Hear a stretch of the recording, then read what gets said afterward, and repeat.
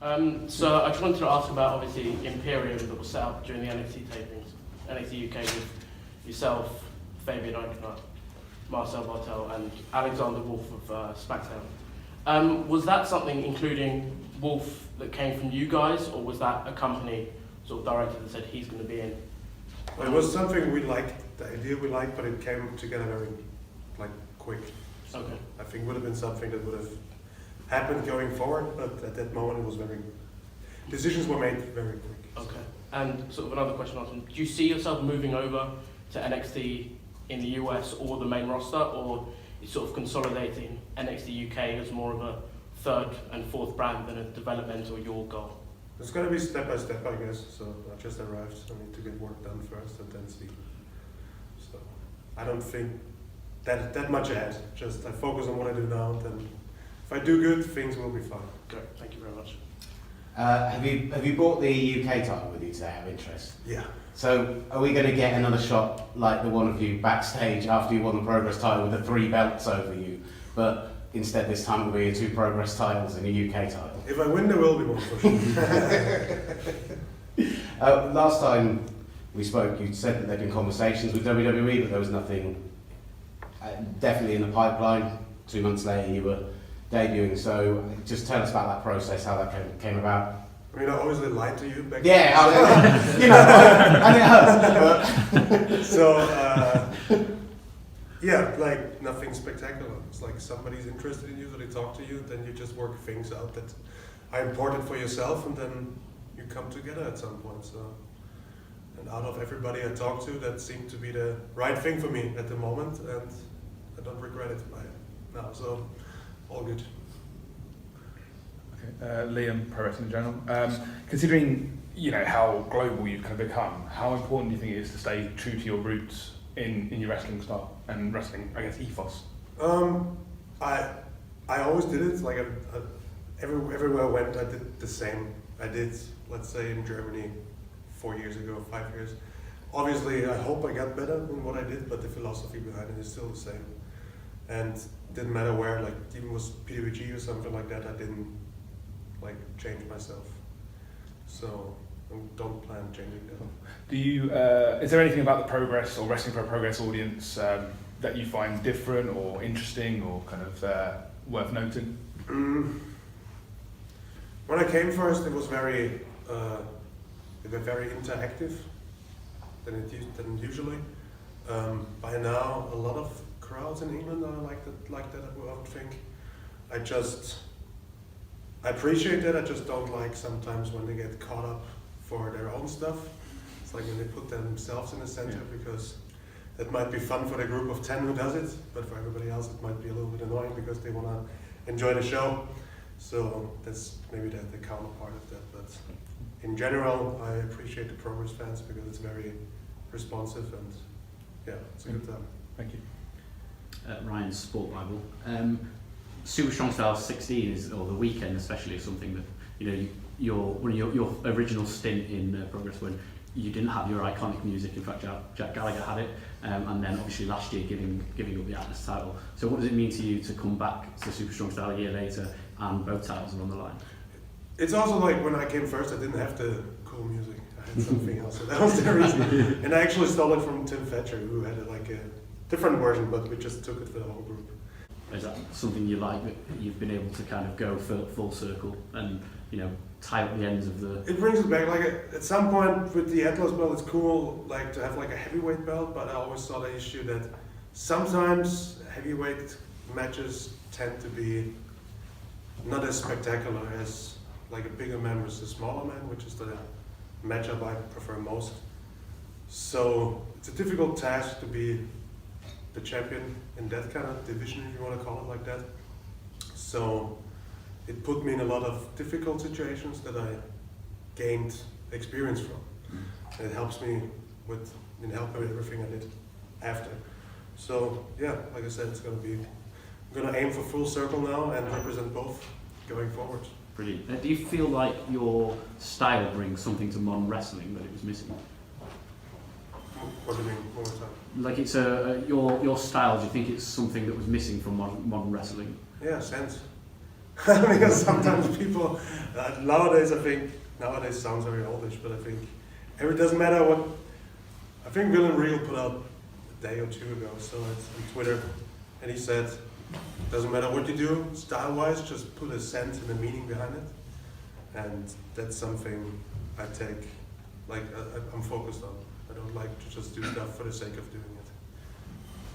So I think that's something I want to stand out in my matches, and I think that's something that's not done enough at the current times. John from WrestleLine, how do you rate your opponent, Trent Seven, today? The thing is with Ben, Trent, of course. We don't call us that with gimmick names. He was in a, like I said, I never saw him having any big success as a singles competitor, and I was even more surprised that he won the Atlas Championship. And he's in the same difficult position I just described, and he mastered it very well to this point. And I think he did a great job, and I think it's going to be a very good contest today that everybody's going to enjoy, hopefully. Okay. So I know I think when Trent steps in the ring, he wants to leave it all out there, and yeah, so we're going to have a good one tonight. Will Gavin, TalkSport. How important has progress been in that kind of 18-month rise that you've had as a company in your personal development over that time? I don't know. I wouldn't think anybody, like when it comes to personal, like in a professional way, it was a part. But it's hard to point like that was important for that reason, and that company was important for that reason. Every company as a wrestler you work for, it's a different task because audiences are different, or it's always different circumstances. But Progress was actually one of the easier ones because the fans are very responsive, and the travel for me was very easy because they're a very short flight compared to going to America and do indies there, which is a complete different thing than here. So Progress was definitely the company who opened the door for me into the English market. It's like the first company I stepped into and figured out how things work here. You said you like the big man, small man matches. And the best example of that is probably you and Tyler at Wembley. Tell us a bit about the build up to that, how you felt that came off, how kind of you felt of the whole event and working on that match. It might be my favorite match of last year, and maybe even the one I had so far, because when I do matches, I always want to have a mix of drama and competition, and that kind of felt that way. And even like rewatching it, it felt like a dramatic sports contest, and it's like I said, that's what I want to achieve. And Tyler is a great talent, maybe 1 out of a million, and he's still so young, it's crazy. I'm 10 years older than Tyler, I think, or 9 years. So he's gonna be a big superstar at some point. I'm just in my last few good years. No, so It's not fair, is it? It's just yeah, this is a very good example of how I think that dynamic, the bigger guy versus the smaller guy, is always the best mix in a wrestling match. Because that's a typical story we all get. Like Rocky always fought more. The wrestlers, like he didn't wrestle, he fought his friend first, but then he had to fight the big Russian. It's like, oh my God, he's a monster. How can I beat him? It's like the story we all got, the David versus Goliath story. It's like we have that in us, and people want to see a struggle. It's like somebody. I think there's nothing more. You will never feel more connected to a person that you can really see who goes through a real tough time and really struggles, but still gives it all, and then finally succeeds. That's I don't know. I think it's simple, but it's still the best story you can tell. So on that topic, you spoke about the David and Goliath story. WWE has a tendency to struggle booking heavyweights and big men. Was that sort of a worry for you coming into NXT, that you wouldn't be able to have those David and Goliath matches, and they put you in the traditional matches that we've seen from heavyweights, and that would limit your sort of what you wanted to do? No, I don't think that. I also don't think that's right. I get way more protected now than on the indie scene, because on the indie scene there would be way less than it is now. When it comes to protect somebody because he's a bigger guy. I had to do it myself because, and also I think the indies are it's a way more selfish business than it is in WWE or any big company, because if you work for a company, you make your money. But on the indies, you gotta sell merchandise and do all that, but if you just dedicate one match to make the other guy on the other side look good, they're gonna buy his shirts and not yours. So that automatically drives indie wrestling into a more selfish contest, I think.